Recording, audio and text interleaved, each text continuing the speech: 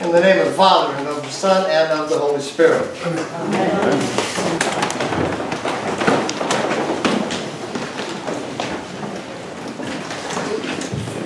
I've always liked being down low, not up high. One of my congregations used to have one of those really high pulpits. I thought I was going to fall out of it. More than 30 years ago, I had an exciting and yet one of the most frightening experiences of my life, if not the most frightening. I was the rector of a church in Bremerton, Washington, St. Paul's, Bremerton. And Bremerton is a big Navy town. There's 3 naval bases in the city. So as you might imagine, well over 50% of our congregation of about 800 were Navy people. And we had a lot of skippers in our congregation. Ship's captains, both of surface vessels and of submarines, for the big submarine base up there. In fact, we had all of the skippers of all 16 submarine crews were members of our congregation. And during my 6 years in that place, I was invited many, many times onto different ships for Tiger cruises and all that. It's amazing to learn how these Navy people live, especially when they're shipboard. Now, being on the Nimitz or the Carl Vincent or the Enterprise, I mean, these monstrous aircraft carriers is amazing. I mean, they're just unbelievably large. 5,000 head of shipmates, you know, on there, plus a whole lot of Marines generally, and lots of airplanes. I mean, they go from here to there. They're just so darn big. And they're amazing, but they're not nearly as intriguing or mysterious as the big Ohio-class submarines, missile submarines, nuclear submarines. The Bangor subbase, 660 feet, black tube. And inside it has a 4-story building. These things are mammoth, and they're scary. Now, I was on all 8 submarines. There's 2 crews per submarine. I was on all 8 submarines during my time there. But the first one was most exciting, of course. It was the USS Georgia. I was on there, and I had my junior high youth group and several of the parents, and we were invited aboard to go take a look around and see the thing. So we went aboard the ship, and of course you have to climb down into the ship. It's really not a ship, they call it a boat, surface. There's 2 types in the Navy, for those who are not Navy. There's 2 types of vessels. There's submarines and there's targets. Believe me, I was converted by these submarines. And so we went down to the USS Georgia, and we split into 2 groups, one led by the captain, who the group as I was in, and one led by the XO, who they started up the aft, we started forward.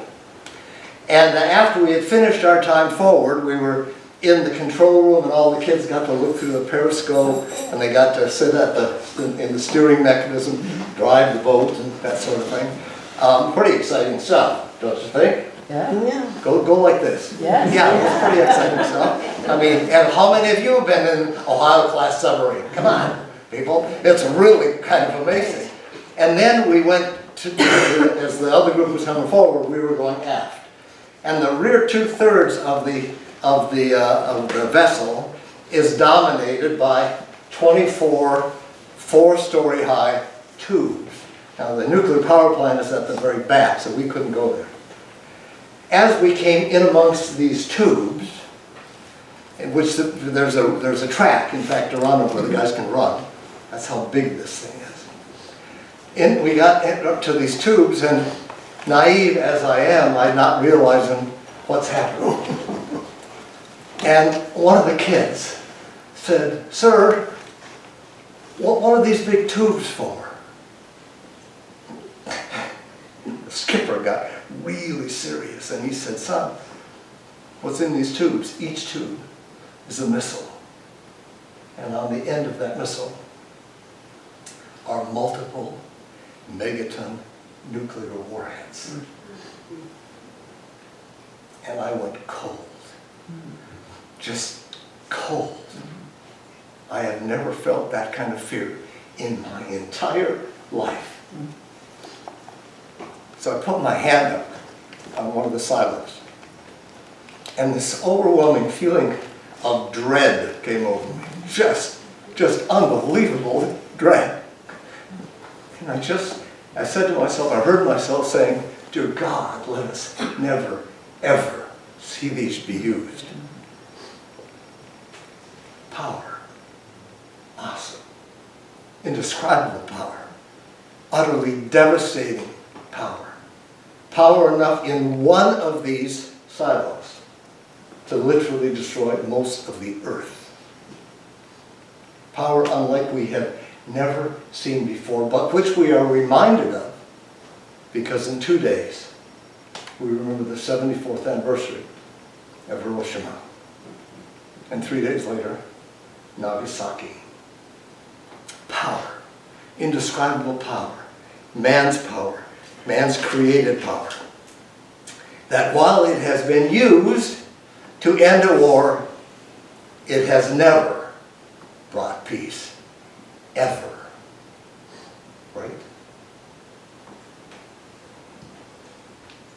Power that a sane world hopes to never, ever see used again. Right? Yeah. Power that is there only to destroy. Power that will transform the face of the earth. Power that for all of us is frightening. Frightening. In that it seems to be so close to the edges or so close to the surface nowadays.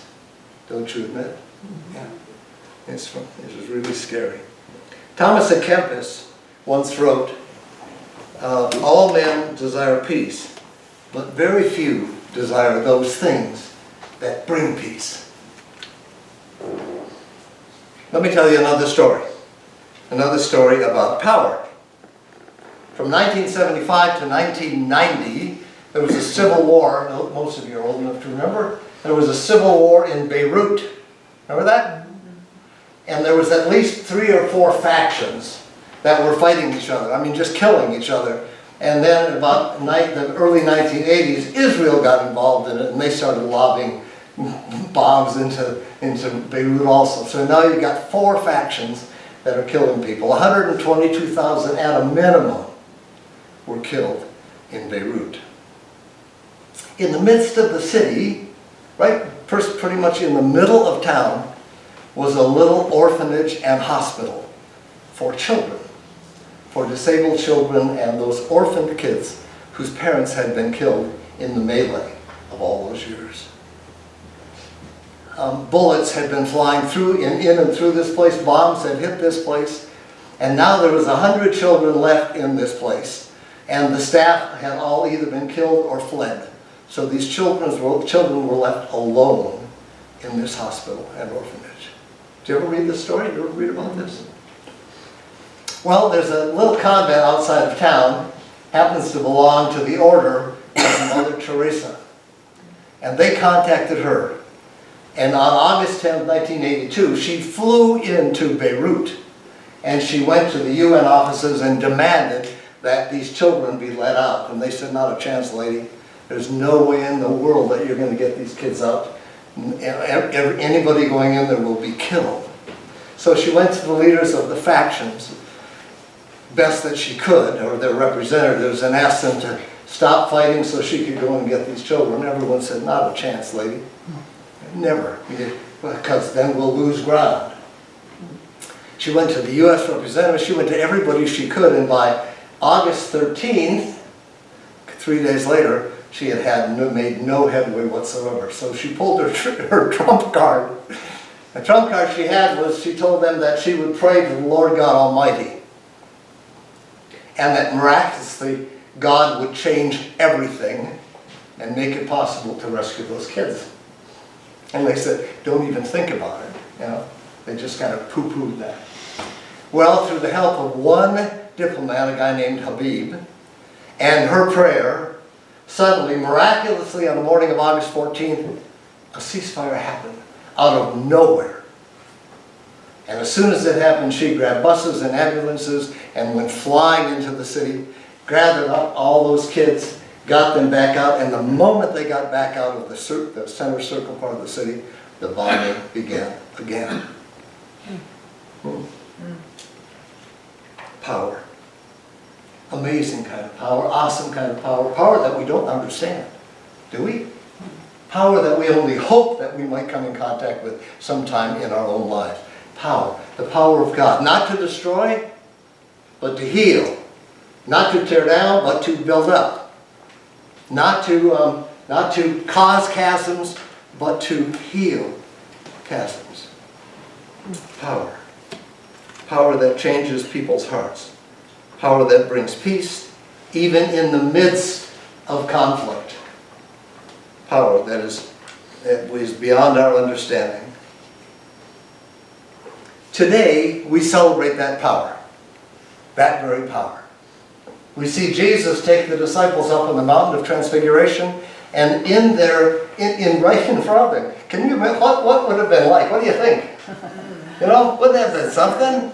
Come on, give me a smile, people. Are you listening here? Are you with me? For God's sake, this is what we believe on the mountain. He's transformed. A glimpse, just a glimpse of God's power descends upon him, and his raiment turns dazzling white. His countenance is completely changed. And can you imagine these three guys going, oh my. and they see this, and they hear this voice from heaven saying, this is my son, this is my chosen, this is the one that you must listen to. This Jesus, on whom God dwelled his power, gave his power. This Jesus is the one in whom all power and authority is centered. The power that overcomes the world. The power that is here so that the world might be transformed. So that the world might be changed. So that true peace might actually happen sometime, someday, in you and in me. Something that can change the world. I believe that neither the presence nor the absence of human power will either end or bring peace. We have proof of that both before and after August 6, 1945, and we have proof of that as of yesterday, that peace will not come by man's power. But I believe that through Jesus Christ the Lord, all power is possible. And guess who it's vested in? Huh? Us. Okay. So what does that mean for me and for you? That we are called to be disciples, and if we claim that proclamation of being a disciple, if we choose to be a disciple, then not only are we called, but we are compelled to walk in that peace and power, to share that peace and power, to wear that peace and power, and to love with that peace and power. Mm-hmm. What does it mean for us? If we actually believe this stuff, it means that we are the ones, through our actions and our words, who will bring power and peace to this world. Mm-hmm. God's power. And if we are willing to change one heart, just one, peace will come. Peace will come. I bid you God's peace. Amen. Amen. Amen.